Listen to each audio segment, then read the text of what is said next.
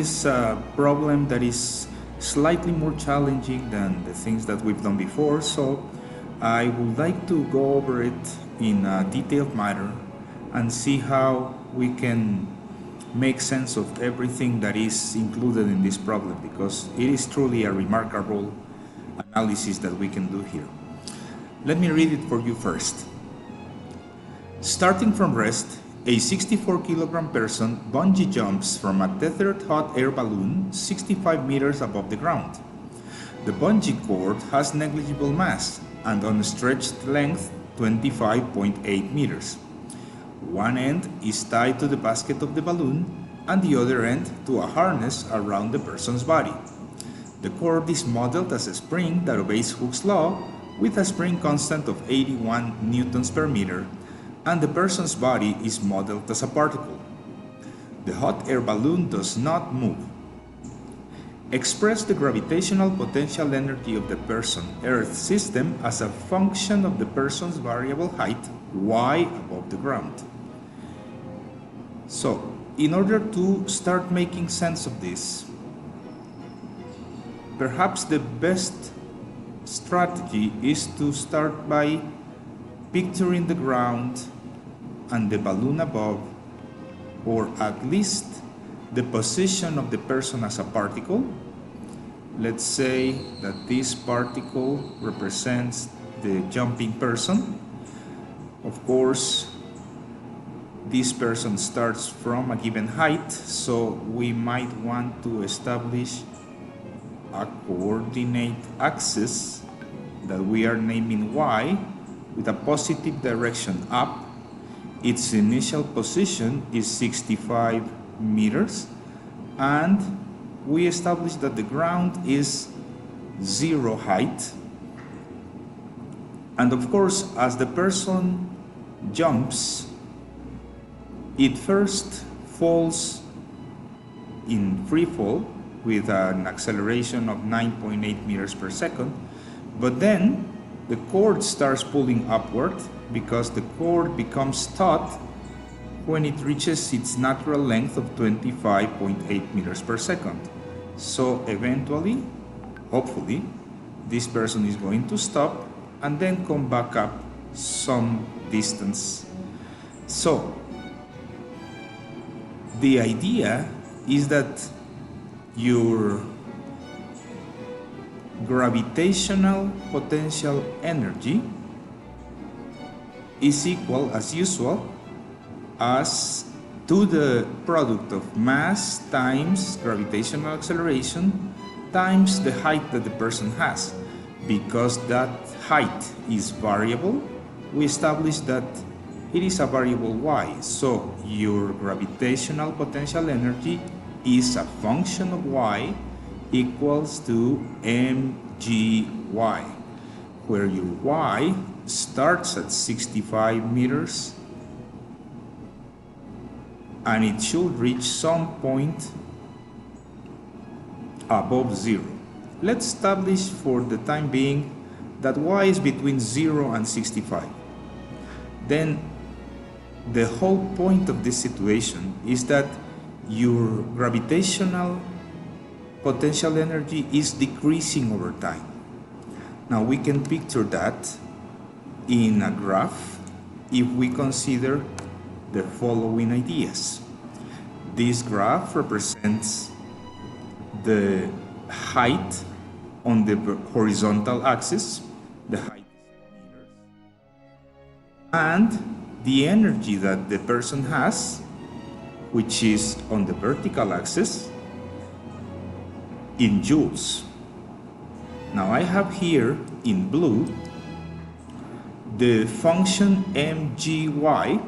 Now don't get too caught up on the different letters, this is just a matter of the computer. And over time the height is going to decrease, so we actually start with the maximum possible potential energy, and as time goes by the potential energy is decreasing. Now, of course, if the person moved at constant speed and if there weren't any other factors affecting its motion, then it will go back to 0 when he reaches ground level.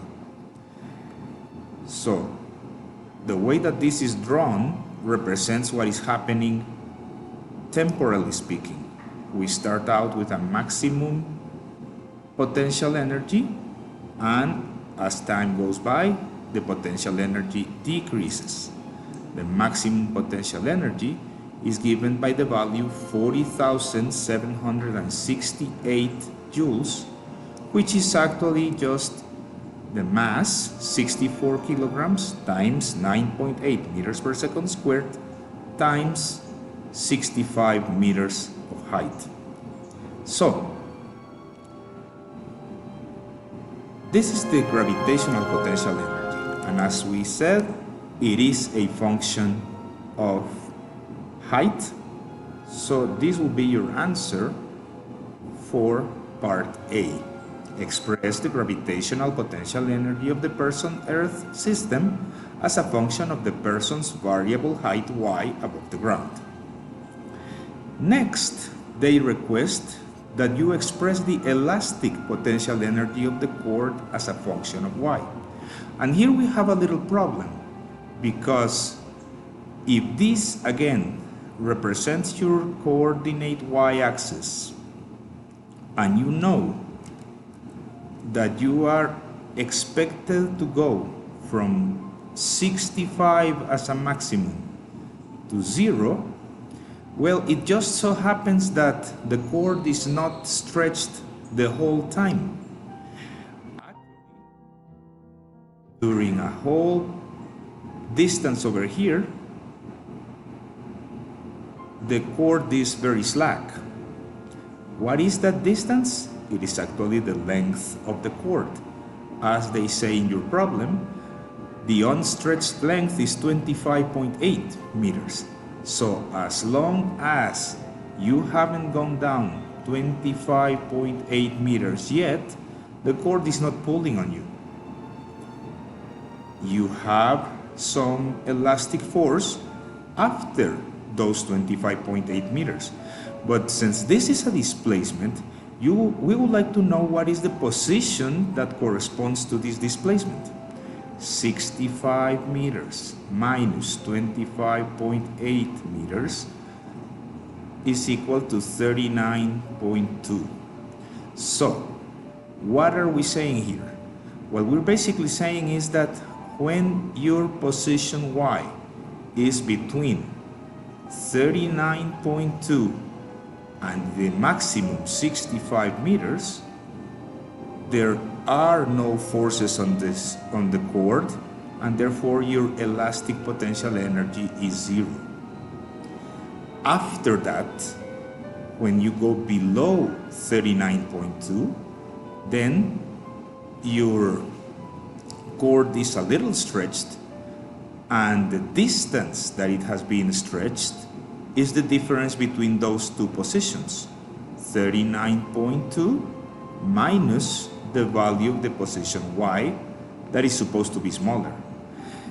This parenthesis represents how much the cord has stretched. So you square that, multiplied by 1/2 times the spring constant, and what you have is your elastic potential energy for this range of heights. What we are saying here basically is that your elastic potential energy is a function that must be defined in segments. It is equal to 1/2 constant 39.2 minus y squared for the interval between 0 and 39.2 meters of height. But before that, for the interval between 39.2 meters and 65 meters, you have a value of 0. And this represents what we call a piecewise defined function, or a function that is defined in terms of just several different intervals. This is then the elastic potential energy in terms of the height y. Now, fortunately, we can also do that in this Desmos graph, and the idea is that what you have is something like this. When you haven't fallen a distance enough, then your elastic potential energy is 0, and then after you have fallen below 39.2, then this grows by a square proportionality. So, if you combine these two things, you could say that you start out with a maximum gravitational potential energy, and in the meantime, there is no elastic potential energy being stored. The person is freely falling.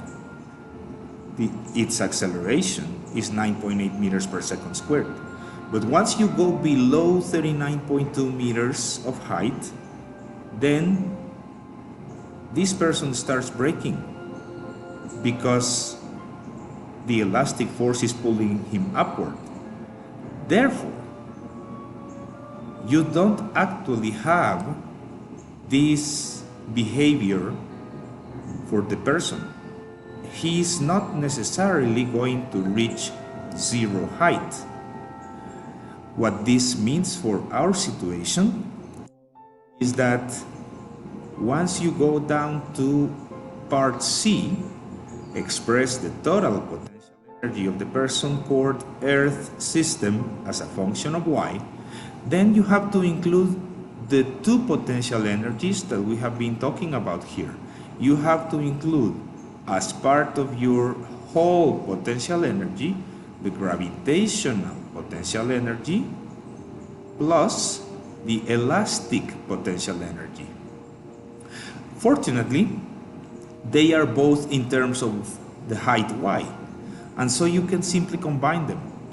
The gravitational potential energy is equal to mgy plus 1/2 k times 39.2 minus y squared. Now you must keep in mind here that we are using a lot of letters, but we actually have these as constants. The mass is 64 kilograms. G has a value of 9.8 meters per second squared. And K, the constant for the cord, is 81 newtons per meter. So we know all of that. The only variable that we have for this function is y. If we go back to Desmos, we can see that these two functions are easily combined by just adding them algebraically. As you can see here, the total elastic potential energy is nothing but the sum of these two. And so the actual potential energy function behaves like the green function that we have here. Now, if you look at it carefully, you can see that this function follows the gravitational potential energy function for a while, but then you need to combine both the gravitational and the elastic potential energy. It reaches something that looks like a minimum value, and then it starts growing again. An important question here arises. Will this function actually grow all of this as you get closer and closer to zero? Well, if you remember conservation of energy, you will remember that you started out with a maximum value. The maximum value was 40,768 joules. That was the maximum gravitational potential energy that you had. Remember that you didn't have any elastic potential energy at the time. But the point here is that there are no external, non-conservative forces doing the work. Our system is Earth, cord, and person, and so the only forces being exerted are gravitational force and elastic force. Therefore, you have a maximum value for the energy that is given by this line. All throughout the process, you never vary from a total energy of 40,765 joules. Therefore, these segments for the elastic potential energy and the total potential energy, they're not real. They don't actually happen ever, because you cannot go beyond the total energy that you have. This is suggesting then that at some point all of the energy becomes potential again. Some of it may be elastic potential, some of it may be gravitational potential, but at that point, if all the energy is potential, then the person is not moving again. This, of course, is suggesting that you actually have a minimum height, which means that if we plot the gravitational total potential energies as functions of y, remember, what we have here is a function u of y equals mgy plus 1/2 constant times 39.2 minus y squared, and this is a quadratic function of sorts, at least below 39.2. Before that, what you have is just a linear function. We can then ignore the previous gravitational and elastic potential energies separately, and you can just focus on the green function that represents the total potential energy. This is your graph for the potential energy U, as long as you consider that you cannot go beyond 40,768 joules in any of the two directions. So you can just ignore the last part that you can see over there. The person cannot go to that distance. It is then possible to make sense of the question that assuming air resistance is negligible, you can determine the minimum height of the person above the ground during his plunge. Basically, what we are saying is that minimum height, and please remember, the horizontal axis represents the height. At minimum height, you have all of the energy as potential energy. There is no kinetic energy involved, so what we are saying is at minimum height, we have mgy plus 1/2 k 39.2 minus y is equal to 40,768. Once again, you know m, you know g, you know k. The only variable that we have is y. Using a little arithmetics, we have that this becomes 627y plus 1/2 of 81, which is 40.5 times 39.2 minus y squared. Remember, there is a squared here in the potential energy function, is equal to 40,768. Now here's the tedious part.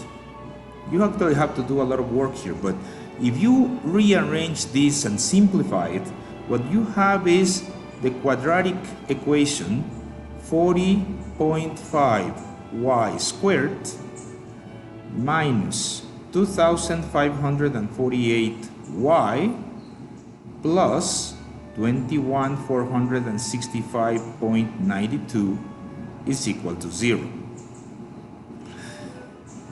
I advise you to do the actual legwork. You have to take this and square it. You have to multiply times 40.5, and you have to move everything so that it's equal to 0. When you solve this quadratic equation, you get two possible answers. Y could be equal to 52.892 meters, or Y could be equal to 10.021 meters. Now, under these circumstances, you are actually getting something that we call a strenuous solution, something that in physics we call non-physical. And what do we mean by this? Remember our little sketch over here. We said that at least for a length of 25.8 meters, we don't have any elastic potential energy. The potential energy exists only when you are below a height of 39.2 meters. Therefore, you cannot have this value. This is something that becomes embedded in the equation the moment that you have a quadratic equation, but you can actually discard this solution as non-physical, non-existing, and so your minimum height, the place where all of the energy becomes potential, either gravitational or elastic, is 10.02 meters. That's your answer for part E. And it comes, of course, by solving this quadratic equation, for which you actually have two different methods to solve. Next question is extremely interesting for us. Does the potential energy graph show any equilibrium position or positions? If so, at what elevations? Are they stable or unstable? Now, before we continue with the algebraic solution of that, let us consider it from the point of view of the function that we have over here.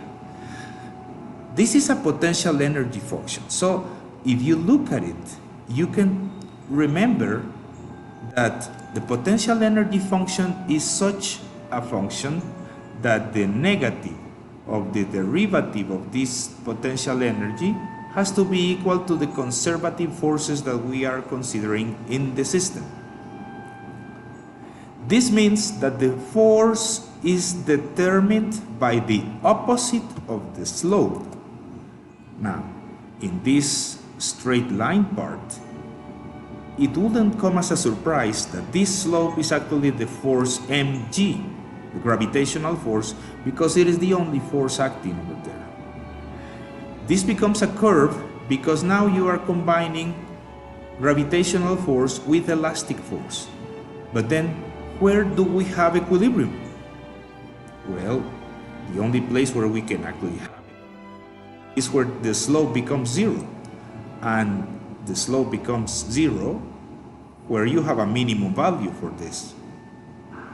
Now, how do you get this minimum value? Following this same reasoning, the derivative of the potential energy function has to be equal to zero.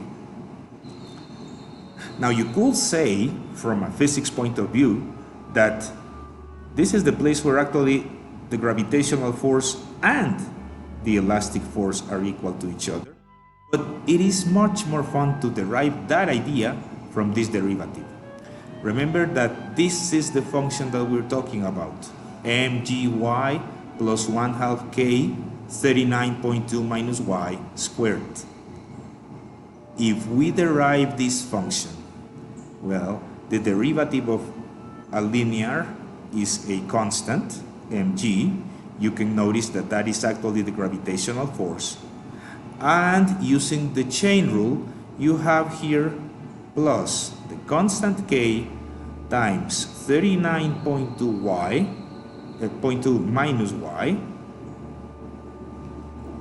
times the internal derivative, which is just -1. And you want to make that derivative equal to 0. You have then that mg, the gravitational force, is equal to positive k times 39.2 minus y, which is the spring force according to Hooke's law. So look at that. The derivative of the potential energy being equal to 0 brings you to the idea of equilibrium, that the two forces have to be equal. Therefore, mg divided by k has to be equal to 39.2 minus y. The minimum or equilibrium y that you have is then 39.2 meters minus 64 kilograms times 9.8 meters per second squared divided by 81 newtons per meter. Notice that the units in the numerator are newtons, so the newtons cancel out and you're only left with meters. And the final answer for this is 31.457 meters.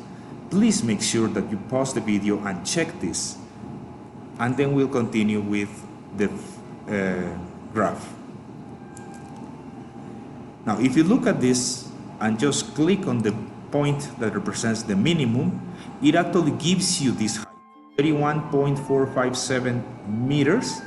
That's your height, and you can actually use that height in the potential energy function to get the value for the minimum potential energy. We'll go back to that in a moment. Just let's answer the last question here, okay? Is this a stable or unstable point of equilibrium?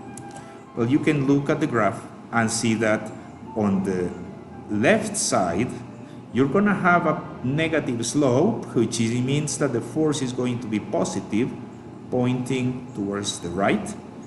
On the right side, you have a positive slope, which means that the force is going to be negative. So this is actually a stable point of equilibrium. And that stable point, I insist, happens at a height of 31.457 meters. Finally, if you want to determine the jumper's maximum speed, then you're talking about conservation of energy.